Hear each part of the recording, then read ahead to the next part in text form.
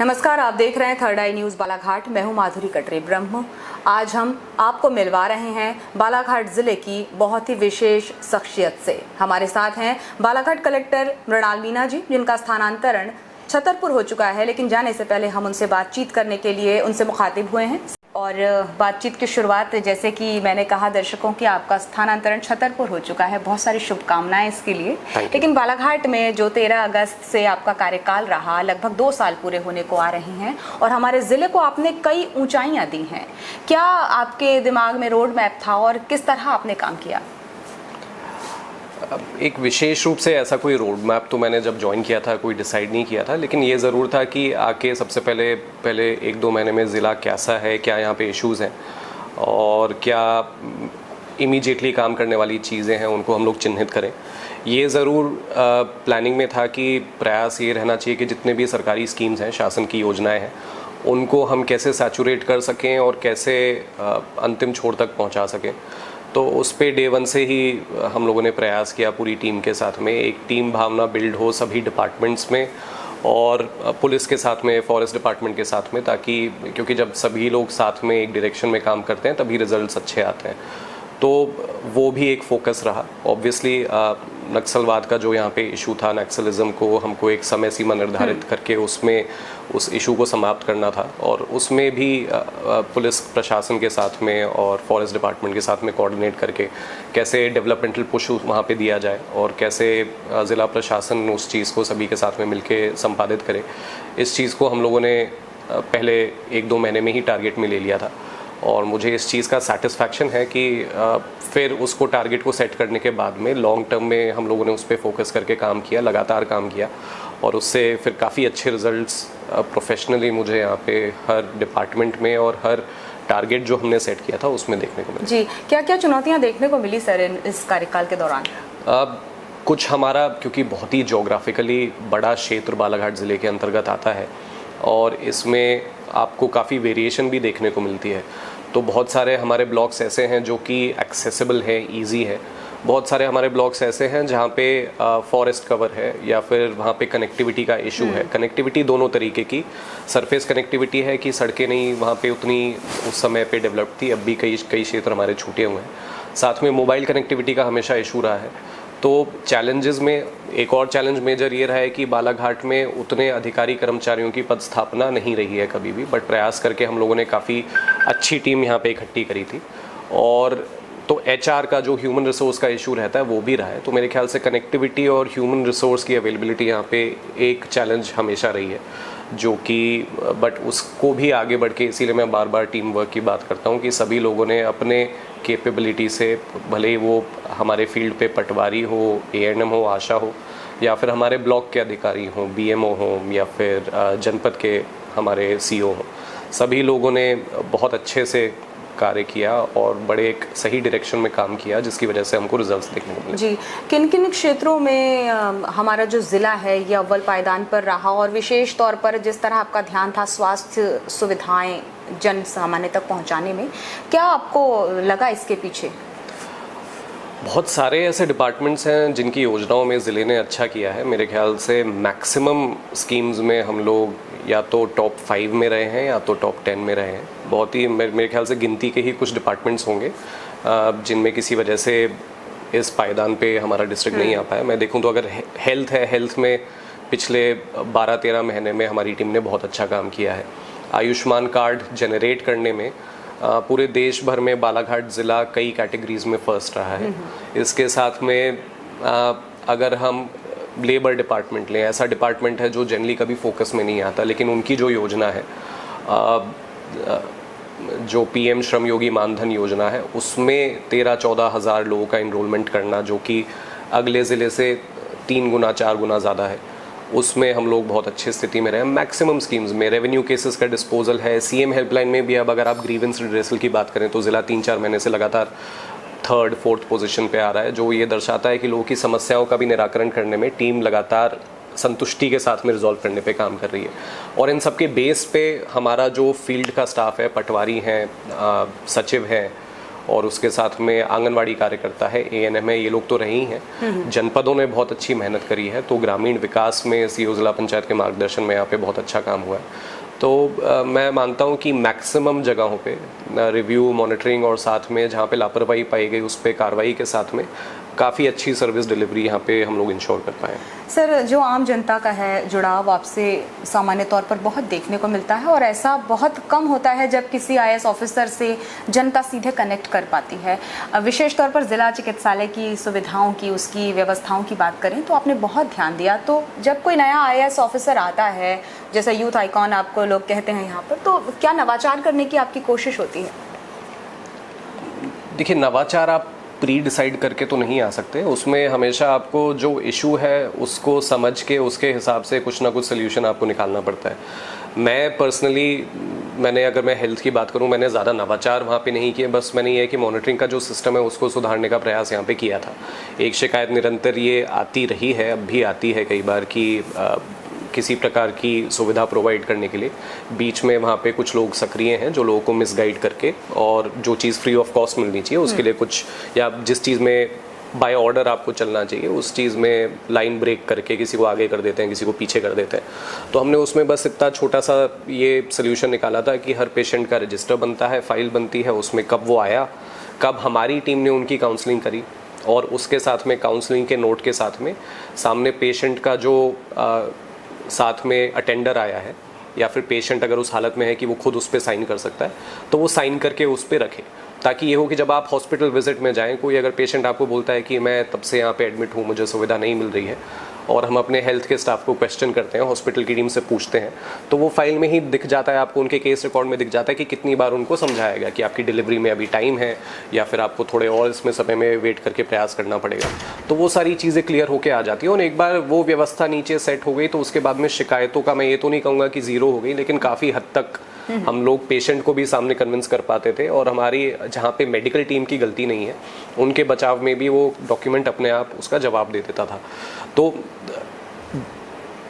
Delivery में हम लोगों ने कुछ करेक्शन ज़रूर किए हैं, तो मेरा कुछ ज़्यादा, क्योंकि ये चीज़ें टेक्निकल चीज़ें हैं, हेल्थ में आप अगर किसी का कुछ एक प्रोटोकॉल सेट है जिसके हिसाब से उनका इलाज किया जाना चाहिए या ट्रीटमेंट किया जाना चाहिए, तो उसमें अब मैं, जैसे मेरे पास डॉक्टरेट नहीं है, मैं हेल्थ फील्ड से नहीं हूँ, तो मेरे लिए कुछ अलग से नया नवाचार करना जो कि मेडिकली साउंड एक एडवाइस नहीं है, तो मैं उस पर जाऊँगा, ये मेरे कार्य करने के तरीके में नहीं रहा है। मैंने बस जो एडमिनिस्ट्रेटिव सुधार हैं, क्योंकि हमारे डॉक्टर्स कभी कभी जो एडमिनिस्ट्रेटिव एस्पेक्ट है उसमें उतना अच्छा तरीके से प्लानिंग नहीं कर पाते, तो उसमें उनको गाइड करने का मैंने प्रयास किया। जी, एज अ IAS ऑफिसर आप 2015 बैच से सिलेक्ट हुए, और बालाघाट को आपने जिस तरह समझा, यहाँ पर अलग अलग तरह की चुनौतियाँ थीं।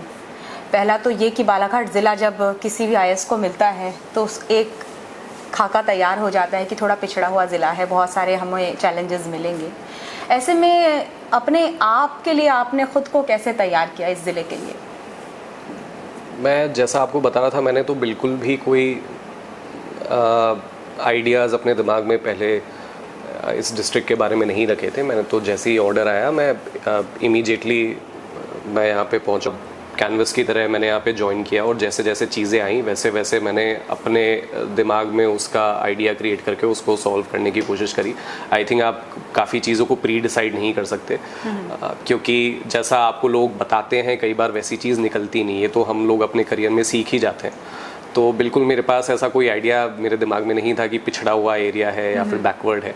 आई थिंक बहुत ही कार्य करने के लिए बहुत ही अच्छा डिस्ट्रिक्ट बालाघाट है, बहुत ज़्यादा स्कोप यहाँ पे काम करने का है, बहुत ज़्यादा स्कोप यहाँ पे इकोनॉमिक एक्टिविटीज़ को गति देने का है, बहुत ज़्यादा स्कोप यहाँ पे सर्विस डिलीवरी को इम्प्रूव करने का है। और ख़ास तौर पे जितना मुझे बताया गया था, एक चीज़ बिल्कुल उसमें सही निकली कि बहुत ही शांत इन्वायरमेंट वाला ज़िला है। यहाँ के जो सिटीजनरी है बहुत ही ट्रस्टिंग है, और अब ये पूरा प्रशासन और जो उनसे अपेक्षाएं, हम लोगों की जिम्मेदारी है कि उनके ट्रस्ट को आप एक बार नहीं सुलझा पाएँ, दूसरी बार आए, दूसरी बार नहीं सुलझा पाएँ, बट कम से कम उस पर अपने एंड का एक्शन लेके उनको ये ज़रूर बता दें कि हमारी तरफ से इतना हो सकता था वो हमने कर दिया, अगर कहीं और से बाकी कुछ काम होना है तो उनको कम्युनिकेट कर दिया जाए। और आई थिंक इससे 100% मुझे तो ये देखने को मिला है कि सामने वाला व्यक्ति उस चीज़ को समझ जाता है, भले ही वो एकदम फॉरेस्ट विलेज का, हमारे वन ग्राम का कोई निवासी हो या फिर हमारे यहाँ पे हमारे प्लेन क्षेत्र का निवासी हो, सभी लोग उस तरीके से बहुत ही अंडरस्टैंडिंग और मैच्योरिटी के साथ में आपके साथ में रिस्पॉन्ड करते हैं और आपके साथ में रिलेशन बनाते हैं। जी, तो ये तो रही सारी आपकी प्रशासनिक सेवाओं के दौरान आपने क्या कुछ किया बालाघाट ज़िले के लिए। अब थोड़ा सा बातचीत का रुख मोड़ रही हूँ मैं यहाँ इस वक्त, इसीलिए क्योंकि आप युवाओं को लेकर भी बहुत ज़्यादा प्रोग्रेसिव सोच रखते हैं कि इन्हें रोज़गार के अवसर मिले। आप खुद एक युवा हैं जिन्हें लोग देखकर प्रेरित होते हैं सर। तो आपने जब IAS की तैयारी की तब किस तरह का माहौल आपके आसपास था? आप बहुत पढ़ाकू किस्म के लड़के थे जिसने IAS क्लियर की, या मतलब युवा एज अ यूथ क्या था दिमाग में? मैंने एक्चुअली नालसा यूनिवर्सिटी से लॉ किया है, तो मैंने अपना BLLB ऑनर्स कंप्लीट किया। मेरे फैमिली में हमेशा से ही गवर्नमेंट सर्वेंट्स रहे हैं, तो वो एक ऑप्शन हमेशा था कि सरकारी सेवा या UPSC लिखना एक अच्छा करियर प्रोस्पेक्ट है। बट मैंने काफ़ी समय तक डिसाइड नहीं किया था कि मुझे कॉर्पोरेट लॉ में कहीं आगे जाना है या फिर लिटिगेशन करना है। तो जैसा मैंने यहाँ ज्वाइन करने से पहले बताया, मेरा करियर प्रोस्पेक्ट मैंने हमेशा ओपन रखा था। बट फिर अपने फाइनल ईयर मेरे कॉलेज का जब था, तो तब फिर मैंने डिसाइड किया कि कम से कम 1-2 अटेम्प्ट तो मैं UPSC के लिखूँगा, क्योंकि तब तक मेरे फैमिलीज़ में सिलेक्शंस ऑलरेडी हो चुके थे। मेरे फादर ऑलरेडी काम कर रहे थे एज अ गवर्नमेंट सर्वेंट। तो वो इंटेंशन मैंने फिर फाइनल ईयर में क्लियर किया था, और उसके बाद में मैंने 1-1.5 साल घर पे रह के तैयारी करी, 1 साल तैयारी करी, फिर बाकी तो प्रीलिम्स तब तक हो ही गए थे। और फिर मेरा हमेशा से लेकिन ये प्लान क्लियर था कि मैं एक मैक्सिमम 2 अटेम्प्ट्स लिखूंगा, उसके बाद में कहीं ना कहीं काम शुरू करूंगा, और अगर पॉसिबल हुआ समय टाइम परमिटिंग मैं तीसरा अटेम्प्ट उसमें लिखने की कोशिश करूंगा। बट किस्मत मेरी अच्छी थी and by grace of God मैंने फर्स्ट अटेम्प्ट में क्लियर कर लिया, और फिर मैं यहाँ पे आ गया। और उसके बाद से जहाँ जहाँ कार्य करने का मुझे अवसर मिला है, मैं उसी माइंडसेट के साथ में कि एक बिल्कुल कोई प्री डिसाइडेड आइडिया कैरी ना करते हुए मैंने काम करने का प्रयास किया है। अपने लिए वक्त जब आपको मिल पाता होगा तो क्या शौक़ हैं आपके?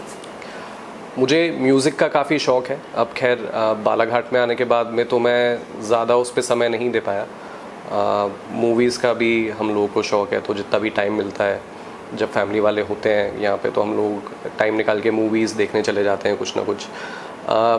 बाकी फ़िज़िकल फ़िटनेस एक ऐसी चीज़ है जो मैंने, भले ही टाइम बहुत कम मिले, बट मैंने कभी ना कभी, भले ही रात में 9 बज जाएँ 10 बज जाएँ, बट आई थिंक 1 घंटा किसी प्रकार की एक्सरसाइज या फिर जॉगिंग या रनिंग, उस पर मैंने देने का फोकस किया है। एंड आई थिंक वो बहुत इंपॉर्टेंट इसलिए भी है कि मुझे पर्सनली लगता है कि आपको फिज़िकल फिटनेस के साथ में एक्सरसाइज करना, अगर आप 1 घंटा निकाल लेते हैं तो आपको एक मेंटल स्टिमुलेशन भी उससे मिलता है, कि आपको लगता है कि आपने काम के साथ साथ में अपने उसके साथ में कुछ और फिज़िकल एक्टिविटी करी। आई थिंक वो हर किसी के लिए बहुत इंपॉर्टेंट है। तो वो एक चीज़ मैंने कॉन्स्टेंटली पूरे अपने यहाँ पे, मैं लगभग 2 साल रहा हूँ, मैंने ऑलमोस्ट, अगर हफ्ते में 7 दिन है तो 5-6 दिन तो मैंने 1 घंटा उस चीज़ के लिए निकाला ही है।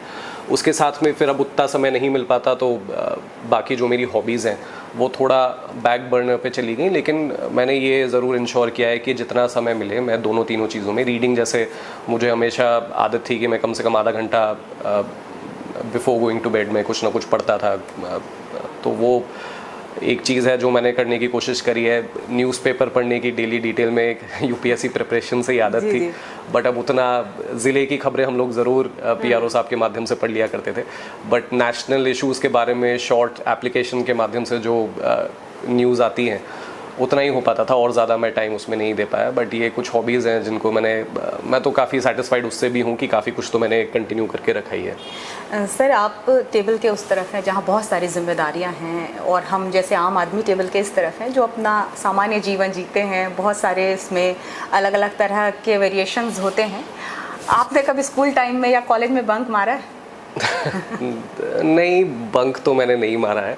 अब ये बताइए, कभी ऐसा आपको, जैसे हम लोग तो कहीं भी खड़े होकर कुछ खा लेते हैं, कभी आप इस लाइफ को नहीं मिस करते हैं कि हम तो सामान्य जीवन इन जैसे नहीं जी पाते हैं? नहीं, मैं बिल्कुल मिस नहीं करता हूँ, क्योंकि जब भी समय मिलता है मैं खैर यहाँ पे तो बाहर निकल के ऐसे रोड साइड फूड ट्राई करने का मुझे ज़्यादा वो नहीं मिला, और वो एक लेज़ीनेस भी आजकल मोबाइल एप्लीकेशन के माध्यम से आ गई हैं। लेकिन ये ज़रूर है, मैंने बहुत सारी यहाँ पे जो लोकल रेस्टोरेंट्स हैं, ईटरीज़ हैं, उनका खाना मैंने खूब ट्राई किया है, और मुझे ज़्यादा पर्सनल प्रेफरेंस मेरी है कि मैं वो घर पे ही इंजॉय करना पसंद करता हूँ। तो ऐसा नहीं है कि मैं यहाँ की चीज़ों को मैंने ट्राई नहीं किया है। अभी एक दो अच्छे यहाँ पे कैफ़ेज़ खुले हैं, वहाँ से हम लोगों ने अभी काफ़ी कुछ चीज़ें ऑर्डर करके मंगाई भी थी। एंड वो क्योंकि अब सुविधा ये है आपके पास में कि आप अपने मोबाइल से घर बैठे ऑर्डर कर सकते हैं, तो उसमें कभी मुझे ये नहीं लगा। लेकिन हाँ, ज़रूर अगर ऐसा मुझे लगता कि कहीं बाहर जाके कुछ चीज़ ट्राई करनी है, तो उसमें मुझे इस चीज़ का बिल्कुल संकोच नहीं था कि मैं कैसे यहाँ पे जाके इसको ट्राई कर सकता हूँ। आई थिंक बहुत ही ज़रूरी है। आप केवल एक पद पे हैं और पब्लिक से जुड़ाव आप उनके लिए ही काम कर रहे हैं, जितना है उनके बीच में रहने से आपको ही कुछ नया जानने को, सीखने को मिलता है। तो आई थिंक उसमें तो संकोच बिल्कुल नहीं होना चाहिए। जी, यहाँ पर कार्य करने के दौरान कोई ऐसा वाकया जो आपको याद रह रहा हो और जिसकी याद लेकर आप अगले ज़िले में जाना चाहते हैं? एज सच अभी तो कुछ एक स्पेसिफिक इंस्टेंस याद नहीं आ रहा है, बहुत सारे वाकये इसमें रहे हैं। मुझे तो बस यही याद आता है कि जब हम कब बीच में रात्रि चौपाल लगा रहे थे, तो वहाँ पे जिस सादगी से लोग अपनी शिकायत यहाँ पे बताते हैं, और उसके बाद में इमीडिएटली हम उसके बाद में हमेशा ये प्रयास करते हैं कि कहीं पे कैंप लगाने से पहले वहाँ के जितने भी हितग्राही हमारे छूटे हुए हैं, उनका कुछ ना कुछ आयुष्मान कार्ड तैयार हो जाए, पेंशन तैयार हो जाए, और उसको वहीं डिस्ट्रीब्यूट करके उनको हाथ में देके आए। तो जो सेटिस्फैक्शन उनको और जो खुशी उनके चेहरे पे देखने को मिलती है, मैक्सिमम टाइम तो उनको पता भी नहीं होता कि उनको क्या दिया जा रहा है। जैसे हम आयुष्मान कार्ड देते हैं, तो फिर हम विभागों से इंसिस्ट करते हैं कि इनको बताया जाए कि क्या योजना है, क्या आगे जाके लाभ मिलेगा। जैसे पेंशन का तो सभी को पता है कि इससे एक निश्चित राशि आपके खाते में हर महीने के अंत में आएगी, लेकिन कुछ और ऐसी स्कीम्स हैं जिनके बारे में जानकारी उतनी ज़्यादा लोगों को नहीं रहती है। बट जब भी हम करते हैं, लोग बड़े ही खुशी से, और वो जो सेटिस्फैक्शन उनके फेस पे देखने को मिलता है, तो आई थिंक एक मायने से पब्लिक सर्वेंट्स के लिए यही एक अच्छी चीज़ है कि वो थोड़े बहुत इंस्टेंसेस होते हैं जो आप हमेशा, खैर यही नहीं, हर जगह जहाँ आपको काम करने का डायरेक्ट पब्लिक इंटरफेस वाला आपको पोजीशन मिलता है, तो वो हमेशा ही आपको याद रहता है। मेरे को ये हमेशा याद रहेगा कि यहाँ की, जो मैं जैसे पहले बता रहा था, जो लोग हैं बालाघाट के, बहुत ही शांत स्वभाव के और ट्रस्टिंग नेचर के हैं, और मैं उम्मीद करता हूँ कि लगातार ये नेचर उनका बना रहे और कोई भी टाइप की सिनिसिज्म उनमें नहीं आए, और हमेशा शासन की तरफ से उनकी जो भी तत्काल रूप से उपलब्ध कराने वाली सेवाएं हैं उन तक पहुंच सके। एक लाइन आपके लिए कही जाती है, और वो आदिवासियों की तरफ से जो कल से ट्रेंड हो रही है, इंस्टा पे भी कुछ लोग डाल रहे हैं कि आपने केवल आदिवासियों की ज़मीन नहीं, उनका भरोसा भी बचाया है, और ये अपने आप में आपकी पूरी कार्यशैली को बयां करने के लिए काफ़ी है। आपने इस ज़िले को बहुत अच्छी सेवाएं दी हैं। आगामी जो आपका ज़िला मिल रहा है छतरपुर, यहाँ भी आप बहुत अच्छा काम करेंगे। चलते चलते हमारे तमाम दर्शकों से आप क्या कहना चाहेंगे? मैं मेरे 2 साल के ऑलमोस्ट टेन्योर के लिए आपके सभी दर्शकों को, बालाघाट के सभी लोगों को, जो पब्लिक सर्विस में हो, नहीं हो, जनप्रतिनिधि हो, मीडिया के साथी हो, आप सभी लोग हैं, सभी को सहयोग के लिए और हर प्रकार के फीडबैक के लिए मैं धन्यवाद देना चाहूँगा। मैंने प्रयास किया है कि भले ही कोई मुझे मोबाइल पे मैसेज करके बता रहा है, लेकिन तत्काल रूप से उनके मैसेज को फॉरवर्ड करके और जितना हो सके उनकी समस्या को हम लोग सुलझाने का प्रयास करें। गवर्नमेंट सर्विस डिलीवरी एक ऐसी चीज़ है जो किसी पॉइंट पे ख़त्म नहीं होती है। तो बहुत सारी ऐसी भी चीज़ें हैं जो हम लोग, जैसे मैं ये नहीं कह सकता कि 2 साल में मैंने ये काम कंप्लीट कर दिया, कोई काम कंप्लीट नहीं होता है। बेनिफिशरीज इनरोल होते रहते हैं, विकास के कार्य चलते रहते हैं। बस हम ये प्रयास कर सकते हैं कि कोई पात्र व्यक्ति किसी भी इस वहम में ना रह जाए कि उसको लगे कि उसको योजना का लाभ मिलना चाहिए था, या उसके यहाँ पे उसको प्रधानमंत्री का आवास मिलना चाहिए था और उसको नहीं मिला है। तो वैसे में हम लोगों ने प्रयास ये किया है कि उन तक क्लियर करके पहुंचा सकें कि भाई आपका नाम इस नंबर पे है, आप पात्र नहीं हैं तो आपको इस योजना का लाभ नहीं मिल सकता, और फिर किसी और तरीके से हो, अगर वो नहीं तो किसी और योजना से उनकी मदद कर सकें।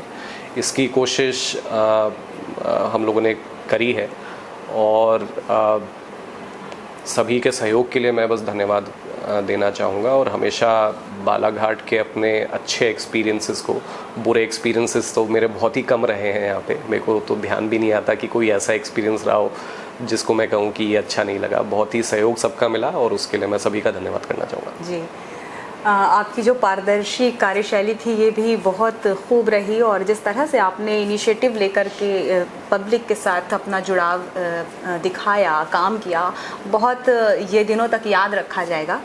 हमारे साथ थे बालाघाट कलेक्टर मृणाल मीणा, जिनसे हमने बातचीत की। सर, आपने वक्त दिया, बहुत बहुत शुक्रिया आपका। Thank you. और आप आगामी जीवन में बहुत अच्छा काम करें, छतरपुर ज़िले में जाकर बहुत ज़्यादा अच्छा काम करें। आपको बहुत बहुत शुभकामनाएं। धन्यवाद आपका। Thank you. हमारे साथ थे बालाघाट कलेक्टर मृणाल मीणा। मैं थी माधुरी कटरे ब्रह्म। दीजिए इजाज़त। नमस्कार।